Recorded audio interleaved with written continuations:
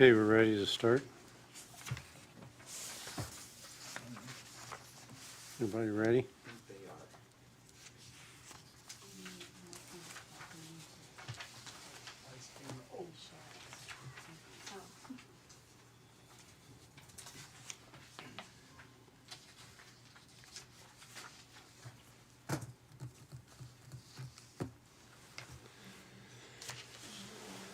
A big audience tonight.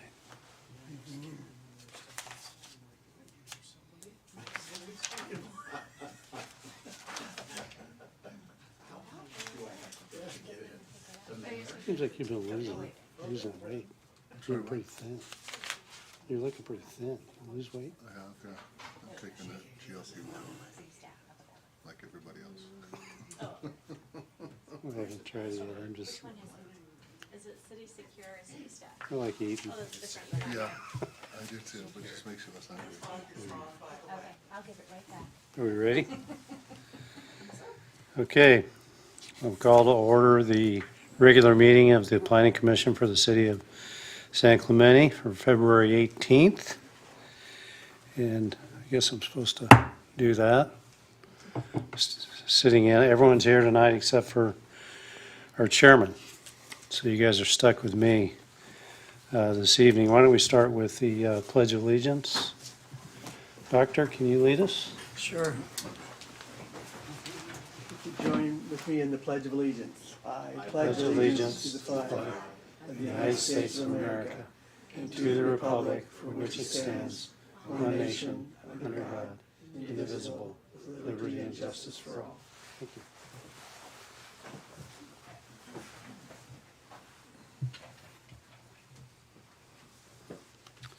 Okay, as I mentioned, everybody's here except for Commissioner Cosgrove. No special orders of business tonight. So the first thing we have to take care of are the meeting. We have 2 meeting minutes to be approved. And my colleagues, did everybody get a chance to review? And Chairman, I'll be abstaining from the December 17th. I was not present. Okay, yeah, we'll start with that one. Does anyone want to make a motion? I'll make a motion to approve. Second. Okay, all those in favor? Aye. Aye. Okay, that one's approved. So that's already been signed. Okay. So let's move on to the next regular meeting minutes for January 21st. Do I have a motion on that one? I move approval of the January 21st minutes. Second. Okay, all in favor? Aye. Aye. I'm abstaining, I was not. Okay, so we have 5 approvals and 1 abstention. Let me sign that.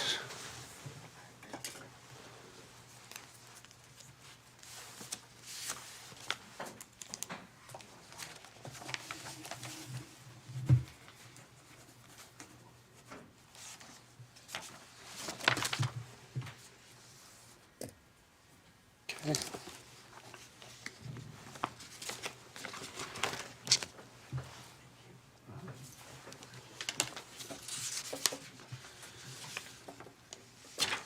Okay, moving along. Oral or written communications, this is the time in the evening where anyone in the audience, this huge group that we have here tonight, welcome to say something that's not on the, or speak about something that's not on the agenda. Is anybody interested in doing that? Okay, seeing none, let's move on. Nothing on the consent calendar. We have one public hearing item tonight. It's PHP 25-516, an animal hospital at 43 Via Pico Plaza. And we have a staff presentation, I assume. Okay. Thank you, Chair, Commissioners. Again, this is for Public Hearing Project 25-516 for the Conditional Use Permit 25-556 for an animal hospital. The project I'm so location- sorry. Can I interrupt to make sure we do disclosures and any Oh, yeah. ex parte? Communications. Any disclosures? I went to go visit the site today. Okay. Any others? I went to visit the site. No? Okay. And I'm not opening the public hearing until after staff presentation. What? Did she say something? That's fine. She said that's fine. Thank you. Sorry, I think Chairman Cameron usually opens it first. It's perfectly fine to do the staff report first, if that's how you. You know what? Cheers. I'm going to make a mark here tonight, and I'm going to do it. I'm going to do it afterwards. So I apologize. So you can ask for the disclosures after you open the public hearing. You guys are okay with that? Yeah. All right. Okay, go ahead. I'm sorry. It's always short in public hearings. Again, this is PHP 25-516 for an animal hospital. The project location is at 43 Via Pico Plaza. That is within the Community Commercial 2 Zone, Housing Overlay, Professional Business Overlay, and within the West Pico Corridor Specific Plan. The business sits on about 11 acres, which is south of the Interstate 5 and the Avenida Pico interchange. The prior tenant at this location was Tuesday Morning, which was a discounted home decor retailer. The adjoining building, 55 Via Pico Plaza, is vacant, but was formerly known as the 99 Cents Only Store. Please note that that's an independent parcel and not amongst the same parcel as this proposed project. Some surrounding land uses include commercial developments, a parking lot, the Holiday Inn Express, and the I-5 freeway. Project description. The proposed project is a 3,340 square foot veterinary clinic, which will be partitioned from the existing 6,120 square foot tenant space. The hours of operation are from 7:30 a.m. to 6 p.m. Monday through Friday, and Saturday through Sunday, 7:30 a.m. to 2 p.m. The proposed operations are general veterinary practices, which include veterinary examinations, preventative care and vaccinations, diagnostic services, minor surgical and medical procedures, dental care, and short-term treatment and recovery associated with those medical services. The animal hospital does not include long-term animal boarding or kennel services. However, temporary holding of animals is incidental to certain medical treatments at this location. A note for the animal waste. There is no designated outdoor exercise or relief area for the animal hospital. However, the applicant has proposed to install an animal waste bag dispenser, and we have included some additional information under condition of approval 7.18. They also noted additional maintenance for the animal waste. Staff of the location intend to immediately collect and dispose of any waste and clean the lawn daily as a matter of common sense and courtesy as per the site plan. They will have 12 staff members which will be able to do so. We have also written in condition of approval 7.17 to address this. Here's the site plan. I know it's hard to see from here, but in that top right section is the proposed location for the animal hospital. Please note that the entire tenant space is going to include that empty noted white section next to what's noted as 43. Like I said before, they plan to partition the entire unit addressed as 43 Via Pico Plaza into two separate tenant spaces. So the animal hospital will only be within 43, which is what's shaded. I have notified the property owner that we will need an address exhibit for a new tenant space. He's planning to address that as 45 Via Pico Plaza. Another thing to note here, it's highlighted that there is a a waste bag dispenser. It's, again, hard to see, but it's clouded in there right above the shaded area for the tenant space. That is where they propose the animal waste bag dispenser. Here's the floor plan and a little better understanding of how that tenant space is going to be partitioned. On the left in blue is going to be where the animal hospital will be located. Red is where they plan to put the partition wall. And then on the right in green will be a new vacant tenant space. And then on the left here is an additional example of the floor plan, including that partition wall shown on the left side. Some additional background on parking. In 2020, the CCNRs were amended to include All parcels, mainly for the introduction of In-N-Out Burger. In this parking study, in this CCNRs, it affirms that the tenants and underlying property owners agree to a non-exclusive reciprocal easement for all of the parking spaces across all the parcels and property owners listed in the staff report. In January 2023, we had a proposal for EOS Fitness where they conducted a parking study in order to receive their entitlements for group instruction.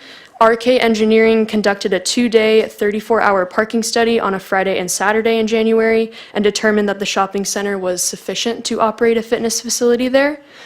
In addition, the Planning Commission approved the CUP for EOS Fitness in June 2023, where they conditioned that a supplemental additional traffic analysis should be presented. That was done in August of 2023, and again, found that they would not have any significant impacts for parking and transportation network, and no impacts on existing roadways.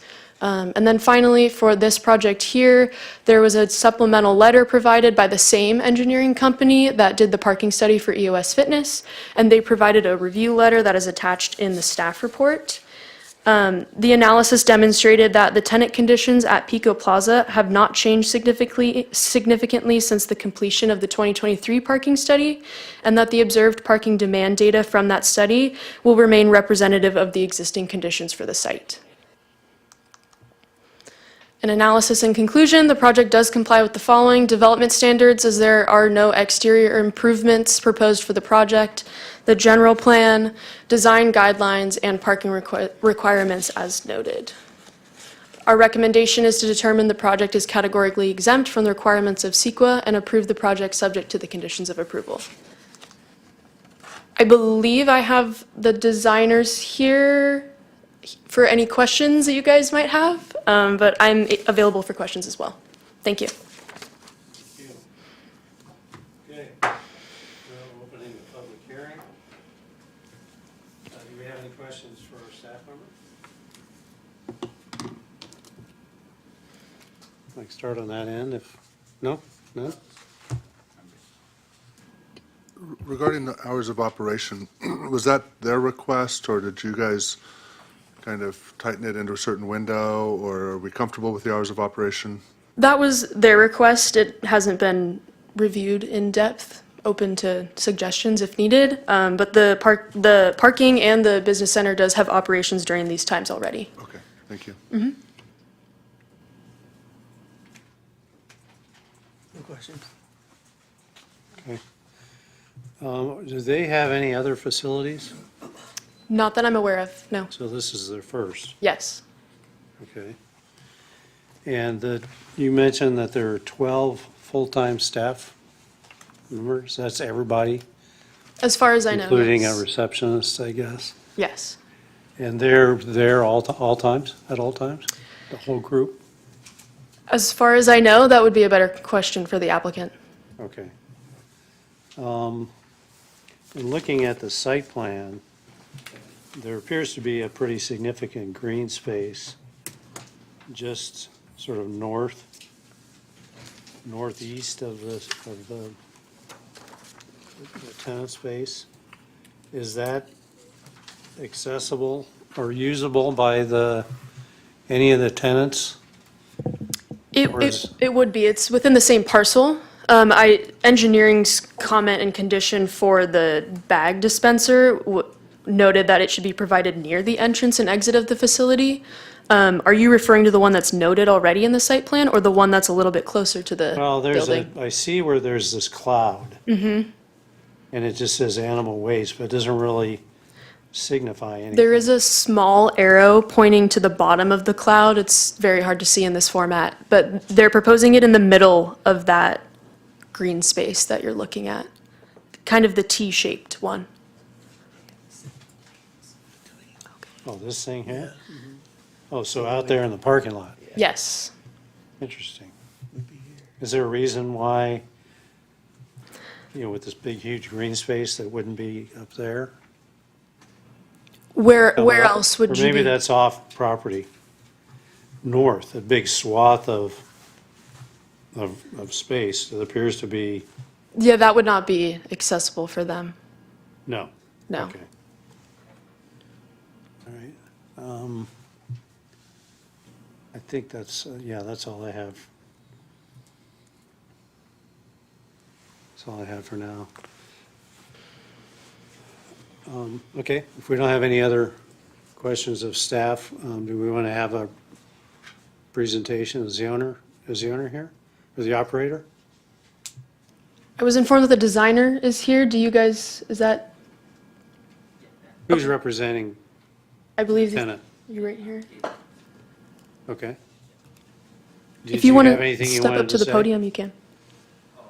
You have, if you want to make any kind of presentation, you have 6 minutes. Well, I think 10 minutes. you got We're going a with 10 good tonight. presentation, so I'll just open to any question you have. Okay. Do you have an answer to the question about the staff? The 12-member staff is there at all times, Yes, for now it is. whenever they're open? Yeah. Okay. So the parking study, which I'm sure you guys read that entire document, a lot of that was based on the in and out, right? It was sort of amended? That's what I gathered. The CCNRs were to address that all of the parcels in Pico Plaza can use the same parking areas. The parking study was from EOS Fitness back in 2023. Okay, I think I read in the summary that there's about 6 more spaces required for this space than what it was Yes. designed for? Yes, so they're increasing they're intensifying the parking from what was 6 spaces less as the previous tenant. They were retail, they're parked at 1 per 300 square feet. The medical office for the veterinary clinic is 1 per 200 square feet, which created an increase of 6 additional spaces that are required for the use. And that is what the engineering firm determined was still okay and within the means. So how is that sort of balanced out with the other tenants, even though it's not full, the center? Do those 6 spaces, So there was already a surplus of parking, so there's just 6 less of a surplus now. okay, Yes. so the surplus went from what, It was 78 to 76, I believe now, or 72, sorry. 72? Okay, so still plenty of parking, Yes. okay? Does anyone have any questions for the operator, the designer? I don't. Is there any accommodation for additional pets? I don't have a pet at the moment, but when I used to, it seems like people would come with multiple pets, because they had 2 or 3 of them. And is there accommodation for that in the reception area? I think yeah, one of the unit is pretty big. I think it's enough for additional pet. Okay, and do you know if they've operated another one of these No, in any other locations, first one? no, I think that's the first one. Okay. I'm not that familiar with this kind of thing. Okay, thank you. Okay, thank you.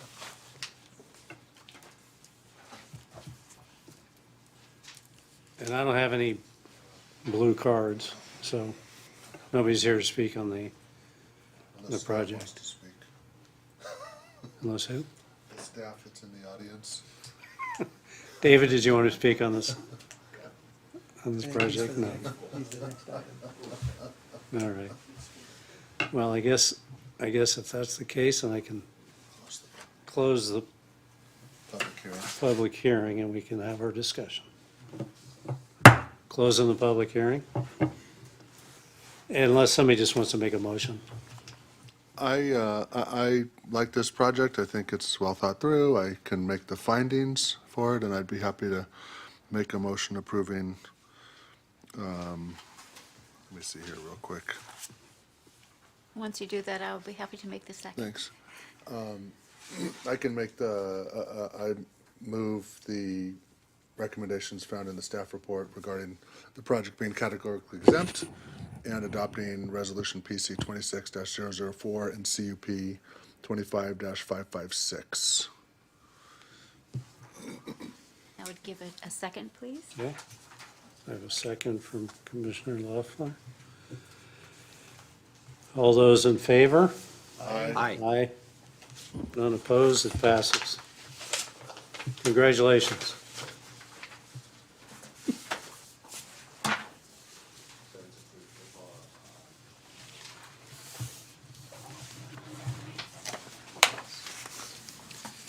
Okay, that's our only public hearing tonight. We do have new business, batch zoning amendments, introduction. And Zach, are you the one that's going to be?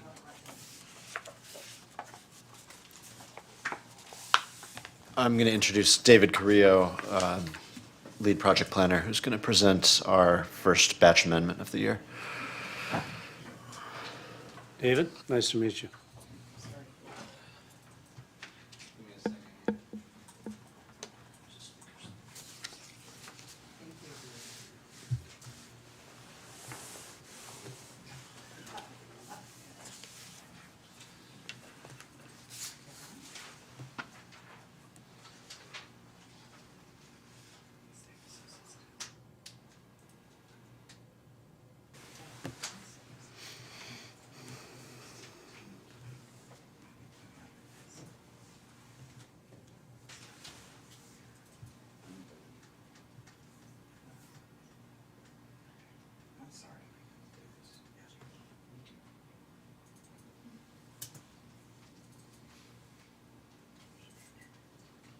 Sorry, guys.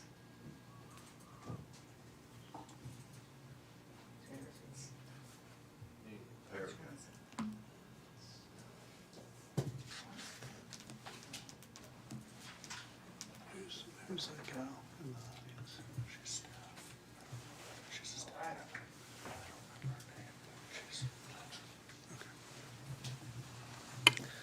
her name. Okay, good evening, Chair and members of the Commission. David Carrillo. I'm presenting this obviously on behalf of the Planning Division, and I also just want to start by giving a shout out to planners that have been helping me with this, and that's Lexi, Araceli, and Jessica. So some background, this is an ongoing effort to improve the development review process and to clarify and update the code as we find necessary through the application of the code as we review projects, listen to community feedback, or feedback from the Planning Commission or City Council. The City Council did initiate some amendments last May, and our approach is to break those up into 3 batches. The first batch was reviewed by the Planning Commission earlier this year, last month, and recommended approval of most of the items for City Council to adopt. And then this round that we have tonight is batch number 2, and then we'll come back at a later time for batch number 3. So today's goal is to introduce the cleanup amendments. There's a total of 3 today, and then to receive feedback and direction from the Planning Commission. Those 3 items are related to landscaping requirements, vacation rentals, and commercial use table. And I'll let Lexi explain the changes for the landscaping requirements.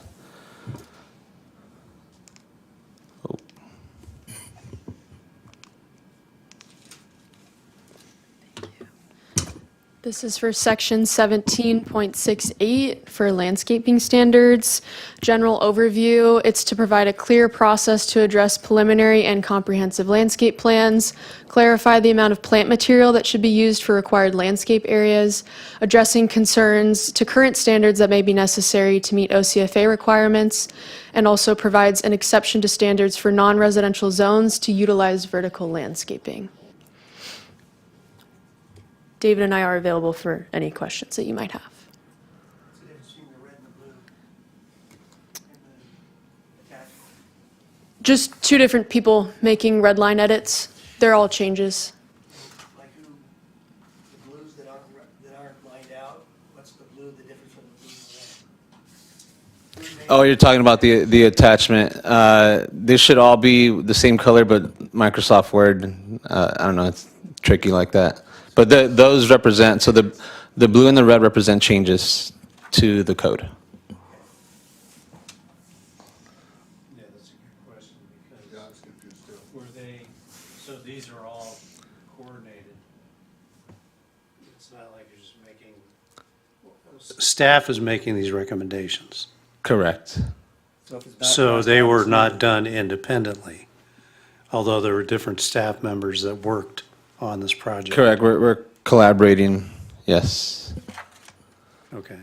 Well, Somebody's reviewed all of them to correct, see that they're consistent. yes. Okay. Yeah, we'll take note of that. We do understand that that can be confusing, so we'll make sure the following reports have one color. But the ones that are being recommended to add are underlined, Correct. and the rest of them are either, are just crossed out, whichever color. Okay? Yeah. So for instance, where it says planted is underlined and landscaped is crossed out, I can assume that the previous zoning code just said landscaped. Correct. And that's being, like, for instance, why would that be a change? What's the difference between planting and landscaping? There, Definition? yeah, there was some lack of clarity that we had, mainly as FAQs from the public for planting versus landscaping. Our landscaping definition does note plant material and hardscape by definition, so we felt that changing that to planted led people more towards planting a real-life plant material versus being confused with the most common scenario is permeable pavers. Sometimes those can be conflicting, so that was the change, just to provide additional clarity for that. Okay, is there a definition section that clarifies that? We already have a definition for landscaping. The additional definition that we're providing today right now is for vertical landscape. We did not feel it was necessary to update the landscaping definition in particular. Okay, so for instance, we're in the residential zone and residential uses. It says the front yard setback area shall have a surface that remains permeable and is to be planted, not landscaped, and permanently maintained. So that would not include like permeable pavers or permeable pavement. Correct. For that 50%, it would have to be plant material. Okay, so it's wet landscape, Yes. okay.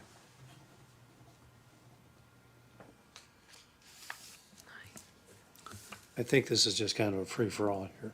If we have comments, unless you guys want to each, I did you notice guys one. spend time and want to, I can go down the line and see who has comments or questions? Just as a high-level notation, we're going to present a few topics tonight, a few at the next Planning Commission meeting. We'll take your comments in writing or in a one-on-one meeting or in an email for the next month, so you don't have to figure out the exact words Okay, right so now. tonight, you're not looking for input from us. If you want, if you have general input about how much planting material there should be, or you want more definitions, we'll come back with more definitions. But if you have specifics, we'll take your comments anytime. Okay, so I guess we should just clarify what you're expecting from us here tonight, other than just being introduced to this batch.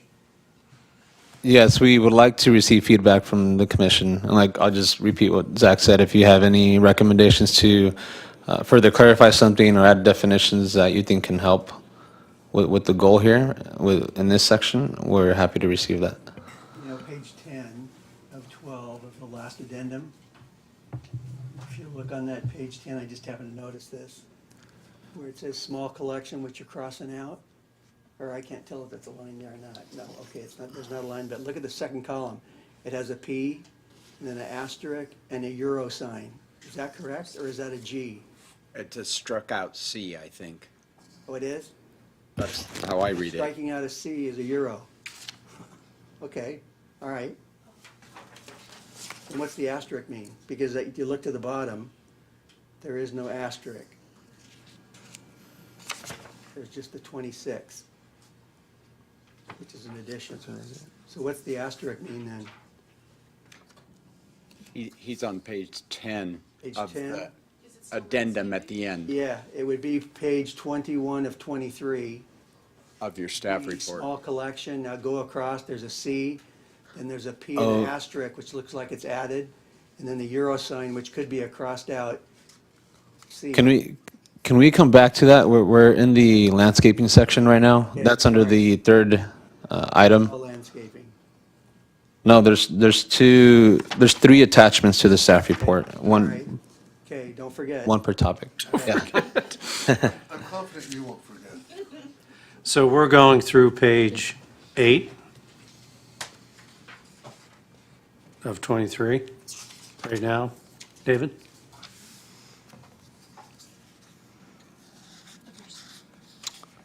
Page 8 would be the last page of attachment 1. Do you have any comments for? Okay, so just so we understand, Yeah. you're just introducing pages 1 through 8 of 23 for us to respond to now, and then you're going to go through the next section. Correct. Okay. Is that clear to you guys? Okay, Not really. I have a couple questions. okay, Can I? yes. It talks about California native, drought tolerant, needing a certain percentage for that. I think like 50% coverage for California native drought tolerant plants. Is that accurate? Under general landscaping requirements, I think you're talking about C, California native species. Is that correct? Well, I remember reading it earlier, so I don't know where it is, but. That one notes that at least 60% of the required landscape areas should have California native plant species. Okay, so where did that 60% come from? Is that like a recommended guideline, or we made it up, or? That's been in the code for quite some time before we Okay. arrived. Yeah.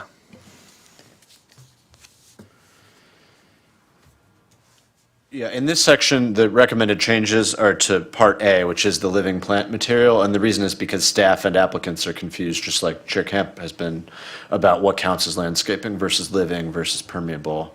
So we made those up, the 50%, just because that's generally how decision-making bodies have interpreted mostly living plant material has been, you can have 50% plants and 50% other, and that all counts as landscaping. We're not proposing any changes to B through H. Those were made up many years ago. Okay, thank you. And so artificial turf is not considered, obviously you don't plant it, but that's not, that's in a considered hardscape. Is that what Well, we're it's probably saying? not hardscape, because it is permeable. Well, permeable hardscape. I mean, you can have permeable pavers, you can have permeable concrete, for that matter. But is turf considered landscape? No. No. No. It's I would agree with you that it's permeable hardscape. Okay. Yeah. Is that clear in here? Because that question is going to come up. A lot of people are wanting to use artificial turf. In general, in past reviews of landscape plans, the administrative reviews that staff do under the city planner, the community development director, and then even in discussion at design review, it's been suggested that about half of the landscape should be living plant material, and then the other half could be either permeable pavers or artificial turf or pea gravel. But in past reviews, we have told people you can't have 100% turf. You got to have some living plants. So that's what we're trying to clarify here. 50% living plants, the rest can be turf or pavers or gravel. Okay, so the artificial turf, because there's also turf that's not artificial, that falls under the category of hardscape. So then there's the other issue of drought tolerant, a preference for drought tolerant materials. And is there anything in here having to do with real planted turf and trying to minimize that? We discussed that. We're open to feedback. There's some turf is high water use and non-native. There might be a compromise where we could suggest a more native ground cover that could still be attractive green grass, but not a high water use non-native sod. if we want to encourage other kinds of ground cover or turf. Or we could just say the maximum amount of high water use non-native grass you're allowed to have is 25 or 50%. If we don't want to see So pure that's not green currently grass. addressed. No. I think it should be. I mean, I think it should be considered in terms of discouraging sod planting, however you want to define it. Well, somewhere in here, it does talk about compliance with the state model water efficiency landscape ordinance on page 4 of 23, G at the bottom. So I don't know, but I'm guessing maybe there's some stuff in there. Is there? Yeah, in our experience, when applicants go through that exercise of showing compliance with WELO, they do reduce the desired amount of sod through that exercise. Okay. Although you are exempt from WELO if you're under 500. So if you just want to build a 499 square foot lawn, you probably could today. Sweet.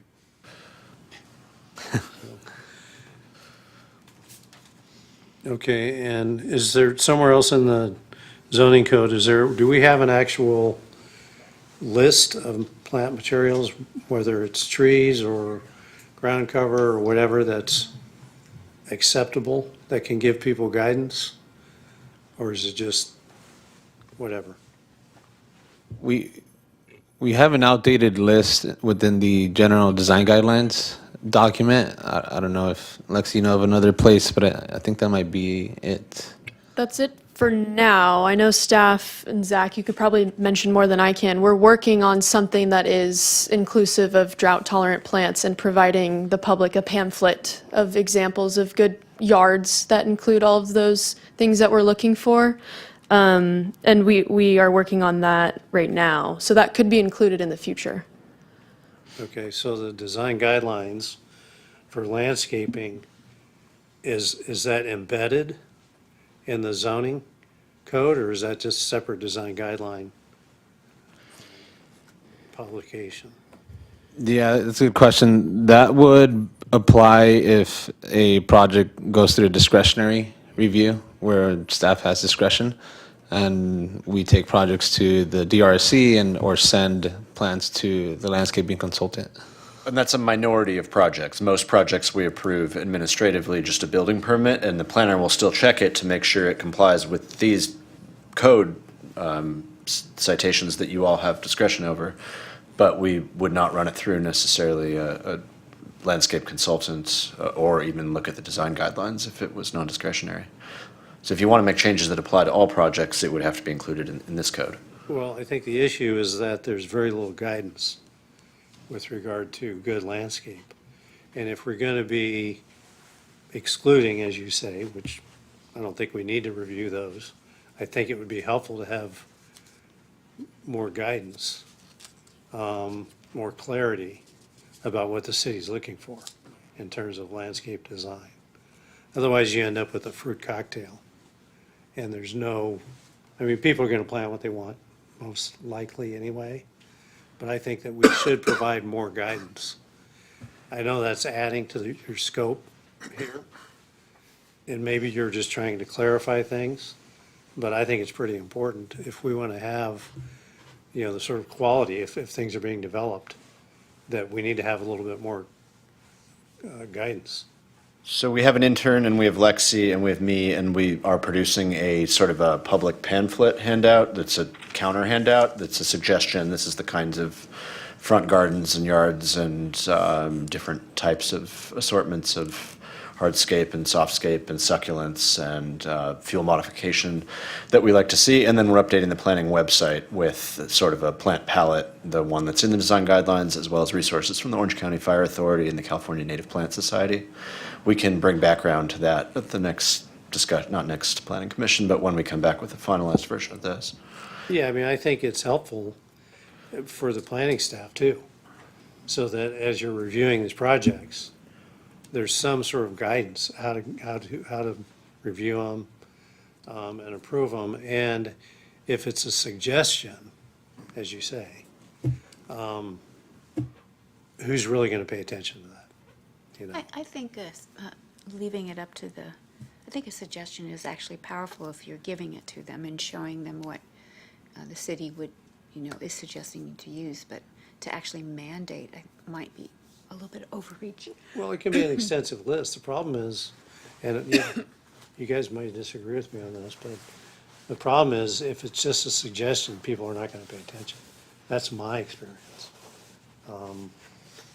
You may not, sounds like you don't agree. No, I'm looking at the description here, and it seems like they have nailed some of the major topics here as far as what the hardscape is, landscape, and then providing the backup of the suggested plants available. I think I'm just trying to see how deep you want to get into designing the landscape for a particular property. Yeah, no, I'm not talking about designing, I'm talking about providing guidance. Guidance, and it sounds like That that's limits what. it somewhat. Isn't guidance same as a suggestion? So if they're providing, know. you could change it and saying this is the recommended guidance, if it's just the, Well, I guess we can leave that up to staff, but Everything is ministerial except stuff that needs a CUP or things that come before us or the design review, right? Correct. So that would mean if I wanted to remodel my house and just to pull a building permit, it would just go to you guys unless required. Unless you're in the architectural overlay or you're How would that adjacent to a affect the historic landscaping? residence. How would that affect the landscaping of me just pulling a remodel permit right now? We would ask whether you are proposing to change the landscaping, and if you are, we would see whether it qualifies for the thresholds under MWILO. And if it doesn't qualify under MWILO and you're just doing a refresh of your yard, we wouldn't regulate what kind of plants you planted unless you were next to a historic structure or in the architectural overlay.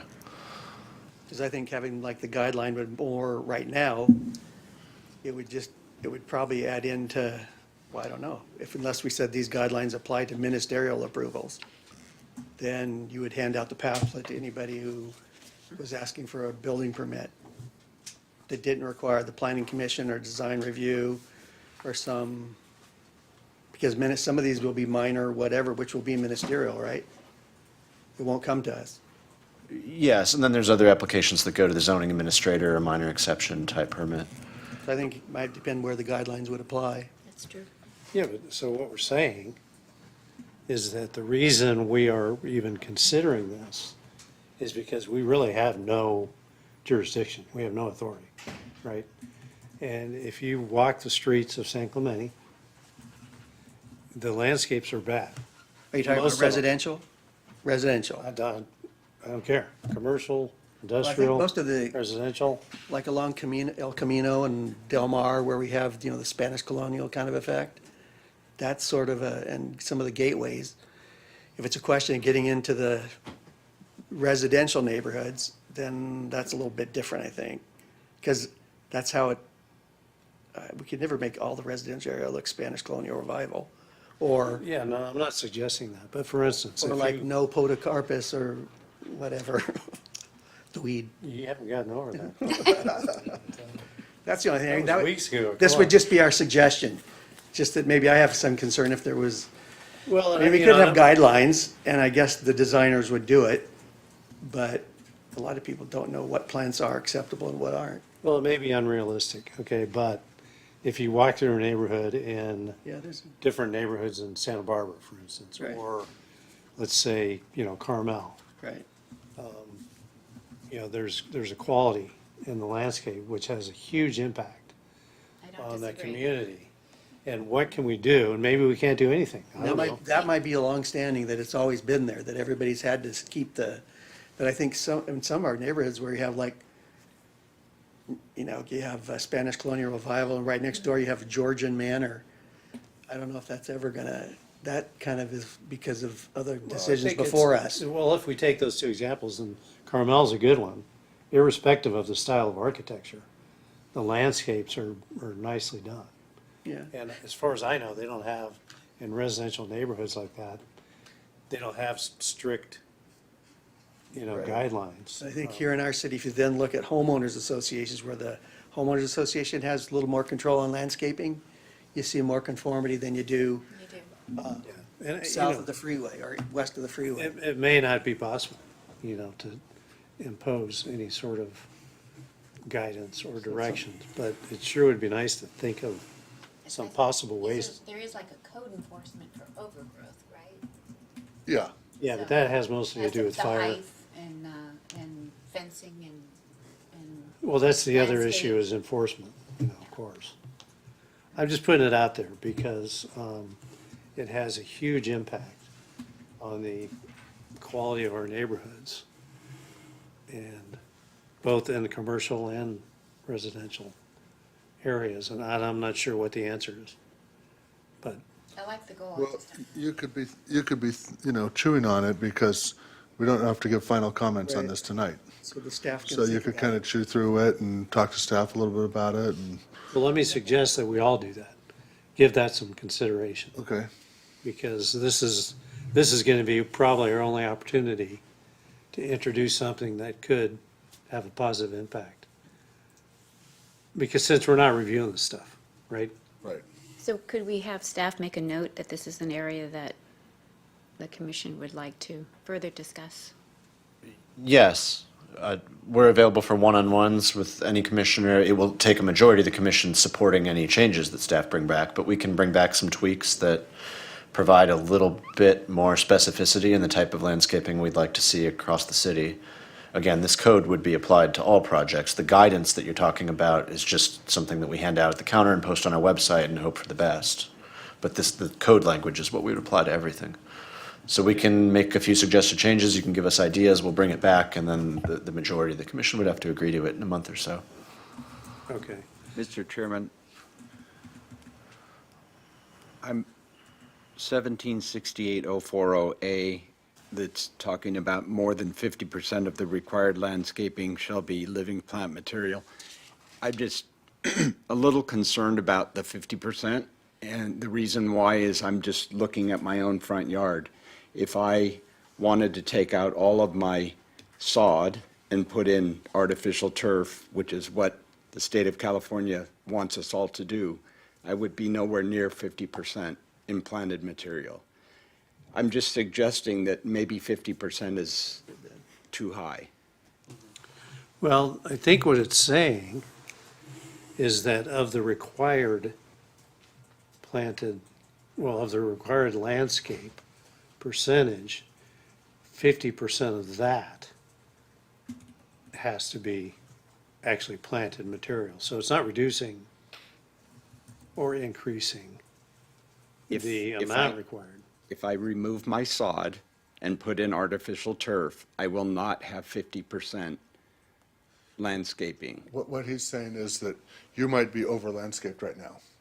I'm gonna make these numbers up. Let's say that right now you have 1,000 square feet of front yard landscaping, but if you did your calculation requirement, you would only be required to have 500 square feet of landscaping. And so if it says 50% of the required amount, it'd be 50% of 500, so it'd be 250 out of your 1,000. I understand That's just that. a nuance difference. I I understand don't know if it that. still applies or not, or whatever. Right. And I appreciate the I'm- point you're making. I'm It just might be bringing high. up the point that I think we should think about that. If Californians are supposed to be encouraged to put in artificial turf, that could cause, this percentage could, I think, cause a problem. Just another item that I think needs to be talked about before we just say it's 50%. That's a great point to me. Do you have a suggested percentage? I don't. Well, and I think part of the problem is this love for turf, right? I mean, to me, it's a big, beautiful golf course, that's one thing. But a landscape that's just a lawn, that's not a well-designed landscape. And so, in my mind, it's actually a benefit if we can if it's drought tolerant, it still is being encouraged by the state of California, which do we really care Right, about the state? but it's all subjective. I mean, everything you're talking about is subjective. I disagree. I love sod.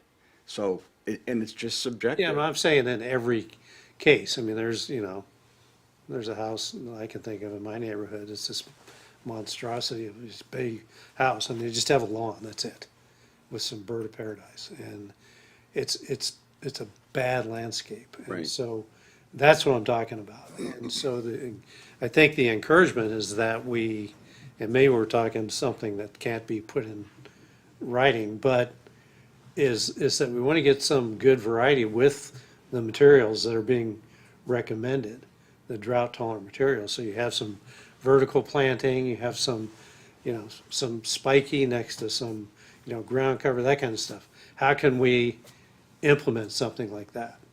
And so I think that it needs to be more diagrammatic in nature, because people understand that better.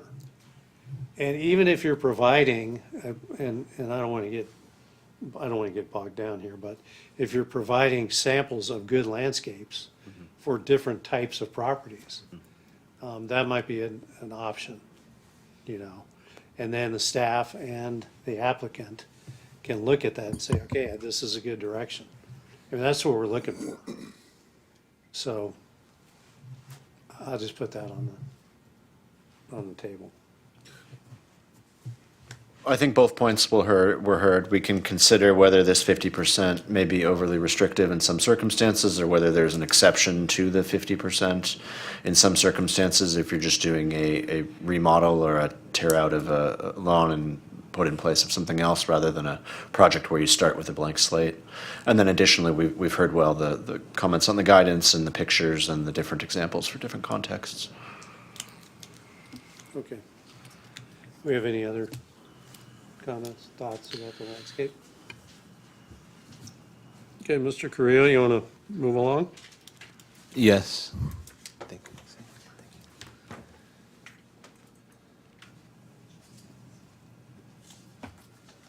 Vacation, the next one, number 5. Oh, no, same part.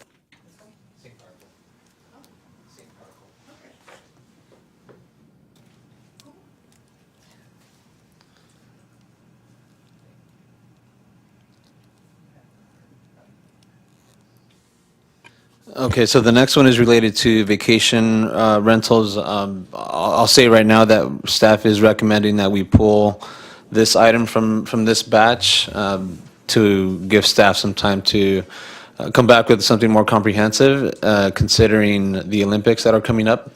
I don't know if Zach has more to share, maybe after I just briefly explain what the changes that'll come before you. But one of the things that we're looking at is to clarify the distance requirement of 300 feet that applies to stars. So as a reminder, for vacation rental, under the vacation rental umbrella, we have short-term lodging units that are allowed within STLU allowed areas. Those areas would be, we have North Beach, Peerbowl, downtown, and I think we have 2 more. And then outside of that, we have vacation rentals that could operate under a STAR permit. STAR stands for short-term apartment rental. So you're either within the STLU allowed area, that is limited at a 20% cap of the housing units within each area. And if you're outside of that, within a residential medium zone or multifamily residentially zoned area, you can apply for a STAR. And when you're asking for a STAR permit, you need to be 300 feet away from another STAR. So right now, that requirement applies to, we measure it from STAR to STAR, and then also from STAR to an STLU in the STLU allowed area. So that's been a little bit confusing. The intent is to limit STARs within the STAR areas. And I'll have a map here to further explain that. But the change would clarify that for the public. And then the other clarification is that we have single ownership for STAR units on a single parcel. That is something that is already required, but it's only referenced in a definition and not within the code. What do you mean by single ownership? Yeah, so for stars, if you have, for example, a property with 4 units on it and you want those 4 to operate as vacation rentals, all 4 of those units need to be under one, owned by one person or entity. Got it. Yeah. But I thought you couldn't do that because you can't have multiple stars on one property, like, and/or they had to be 300 feet away. Within a parcel, you could have multiple. Well, okay. Yeah. From parcel to parcel, that's when you apply the 300-foot Okay, got it. distance requirement. Okay, so the 300-foot radius, it doesn't apply if it's a single owner. Is that? It would still apply from one parcel to another parcel. Okay, Not if it's single owner on one parcel. Yeah. okay, You own a fourplex. all right. Yeah. But you're not looking for input on this tonight? No, I'm gonna step in. We're looking for input. We're just not going to include this in the zoning amendment batch 2 that we're bringing back to you in a month or two, and we're bringing to the city council after that. We'll include it probably in batch 3. We do up to 3 batch amendments per year. So So we'll, is there a thought to maybe suspend this during the Olympics? Is that what you were suggesting, or come up with something that would work? that has been an idea that the city council initially asked for a bunch of ideas on what we should do during the Olympics, and one of them was to possibly allow more short-term rentals. And the city council, I think, directed staff to look into what kind of zoning amendment could formulate related to that, and we haven't done it yet. So it's likely that if we do bring this back, we'll pair it with that towards the end of this year. Okay. It seems like, I mean, my impression would be relative to the Olympics, they could just have, rather than write something into the code, they could just have a special, more suspension, right, on requirements. That would be much, much easier and less problematic than trying to revise the code to accommodate a one-time event. But you want to have some guidance at risk of overusing that. So it's not just a free-for-all, I guess. I think what we would probably do is what you said. We'd look for city council authorization closer to the Olympics, but also potentially closer to any other mass event that was occurring around San Clemente. So we'd probably add to the code a more general description that says the city council may time to time, by resolution, adopt a moratorium on the maximum number of short-term rentals, subject to resolution. The code would be short, and then when they got around to the action, that would be specified in a resolution.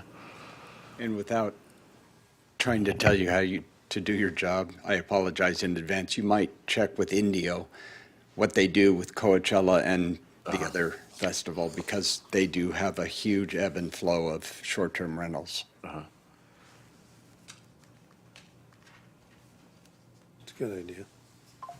But we are looking for feedback on the 2 items David mentioned, and I think a third item that we were trying to clarify is that we've had some community interest, people that want to do basically the way Airbnb started, where they already live in a single unit and they want to rent out like a bedroom. Right now, it's not clear you can do that, and there haven't been any stars approved by the zoning administrator for that purpose. It's also not clear that you can't do that. We're recommending making it clear that the property owner may reside in one of the bedrooms and rent out another bedroom. Doesn't have to be all the time, but that if and you'd still have to apply for a star permit. But we're recommending formalizing that use, which we think wouldn't take away housing from the housing market, but would allow property owners to make a little bit of money on the side, probably not every month, every day of the year, by renting out a single bedroom and a single unit.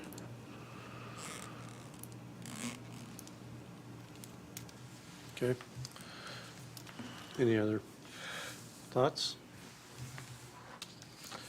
No?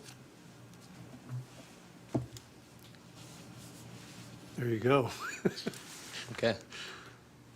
And the last one is related to the commercial use table.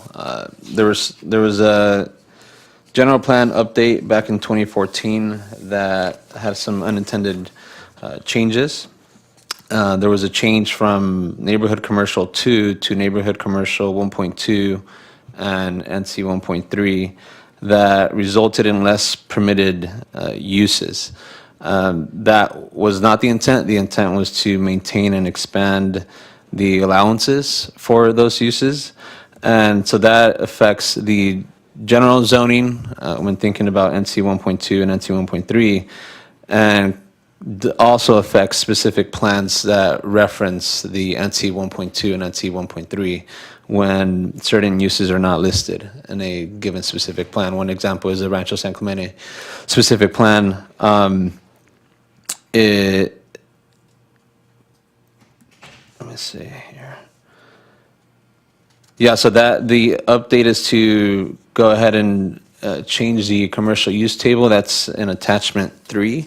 Commissioner McCacken, this is what you were referring to earlier. And so you'll see that the intent was to keep the NC 1.2 uses to be consistent with the NC 2 zone.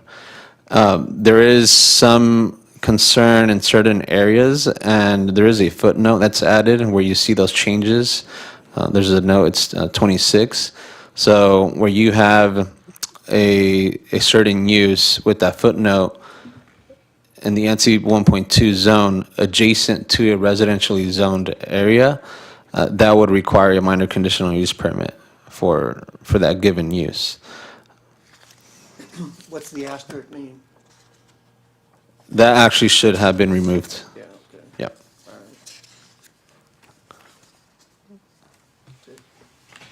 So this 26, I can see that you added that at the Correct. end.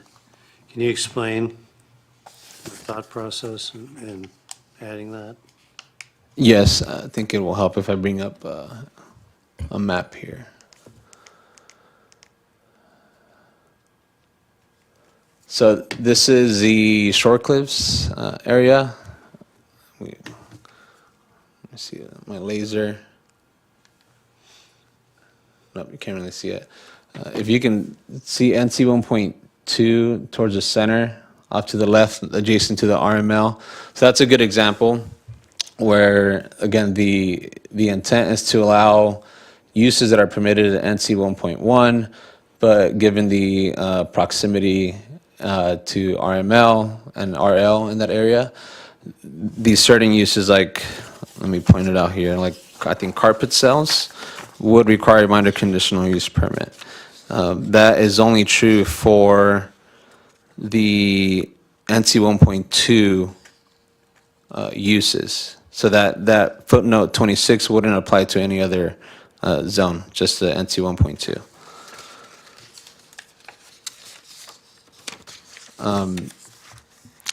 So more specifically, if someone wanted to propose a nursery that's an indoor garden in the NC 1.2 zone and adjacent to the RML or RL zone, they would need to go through that minor conditional use permit process. And there's a whole list of uses that would have to go through that process. Ceramics, furniture stores, glass, mirror sales, patio outdoor furniture sales, pet supply stores, sporting goods, swimming pool, accessory shops, vet or animal hospitals. Speak. And that's just an example. Okay, and the O is on here. You've got, obviously P is permitted, minor conditional use permit, conditional use permit, and then what is the O?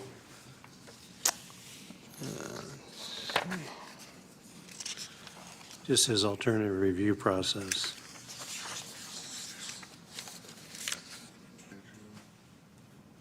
Where, I was looking at. So at the beginning of this code section, there's a table that explains the symbols. Right. So that'll take the public to the footnotes at the bottom of the tables, where it further describes the process for a specific use. Okay. And I can see that some of them you changed, you're recommending a change to permitted from minor conditional use, like veterinary animal hospital. Correct. In the NC 1.2. Correct. Unless per that footnote, unless you're adjacent to a residentially zoned area, you would need that MCUP. And all the places where you're proposing a change, you've got added, well, not all of them. Looks like you added the 26 note. And then like a bowling alley, for instance, is now, it's a minor conditional use instead of just a straight up CUP. Right? Correct, yes. Again, because the original intent is that the NC 1.2 match the NC 2. Okay. That's more clear. And then we already talked about the asterisk. So you guys are digging deep on this one.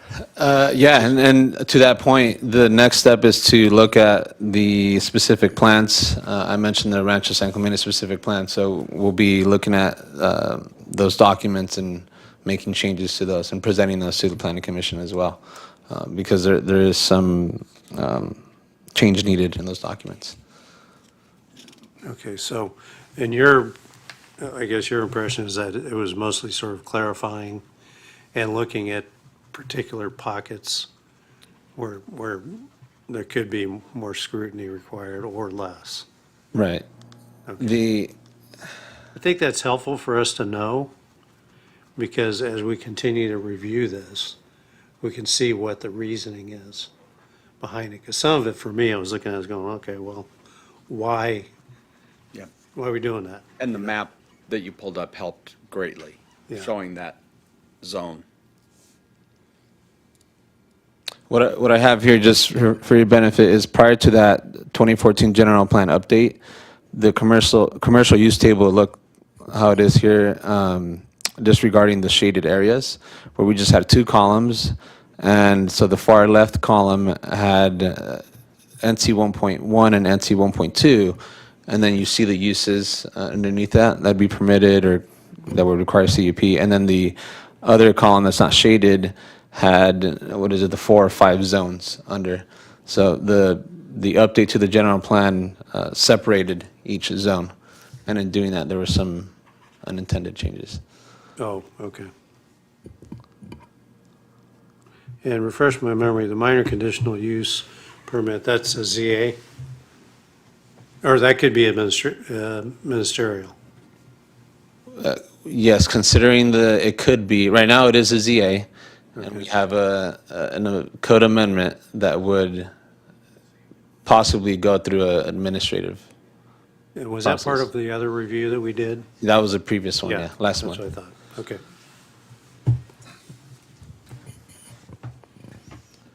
Okay, nice work. Looks like you guys are really, as I said, digging deep here. My colleagues have any other input? Nope.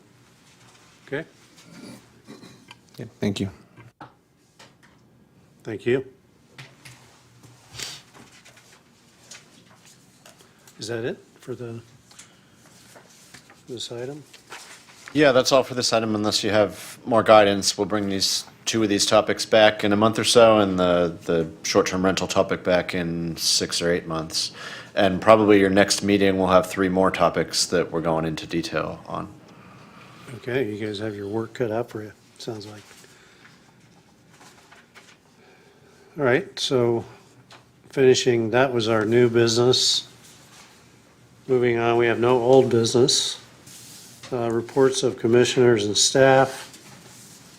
Any of my fellow commissioners have anything they want to share? No? Can I ask a quick question about the TFA? On design review subcommittee, it says there's something at 143 North Esperanza. On the, Future? future design review subcommittee, there's a project at 143 North Esperanza. I think I'm within 500 feet of that, so should I or should I not go to the design review subcommittee? I believe you. You should not.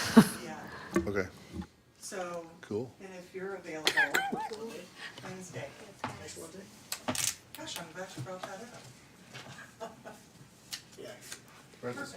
Cameron's back next Wednesday. I mean, yeah, Cameron will Okay. be here. That's the one by the freeway, right? Yes. Yeah, you look right at it, yeah.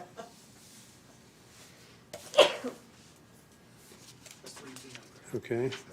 We do only need 2 members for a quorum at the DRSC. Right. Is And if Commissioner we're- Freeman the second one or the third one? I'm sorry? Your third. He's the alternate. So if you can make it, that's good, but we could also proceed with the 2 You that don't are. have to show up. It's up to you. Who's the second one aside from Cosgrove? Well, we'll let you in. We'd be happy to have you. And, If I can get in the door, I'm and coming. then, We're always happy. We're always happy to have you there. Freeman's the alternate. okay. So we're assuming Chair Cosgrove will be back, and then we need one of the 2 of you to show up. If both of you show up, that's great. Yeah, I'll plan to be there. Okay, Did you say yes for Weaver? yes. Okay, so tentative future agenda. Zach, do you have anything to share with us on that, or are we? No, I mean, you've all been distributed the TFA before. If you have any other comments or questions, this is our best guess at what's coming up. And everyone's looked at the administrative permit report? Okay. And Zach, do you have any staff report for us? It's been a pleasure to serve you tonight, and probably for the next few meetings. We'll see what happens after that. Are you making fun of us? Well, some of us only have a couple more months. All right, well, we reached number 12, which I guess I need some assistance. If we're going to adjourn this. I'll move bill- adjournment All right. to the next regularly scheduled meeting of the Planning Commission, March 4th. March 4th. All in favor? Aye. So adjourned. Nice job. Thank you. It was fun. Try to add a little fun, Yes. a little humor. Cameron does a great job, but he's Hey, he has the screener on. How did that happen?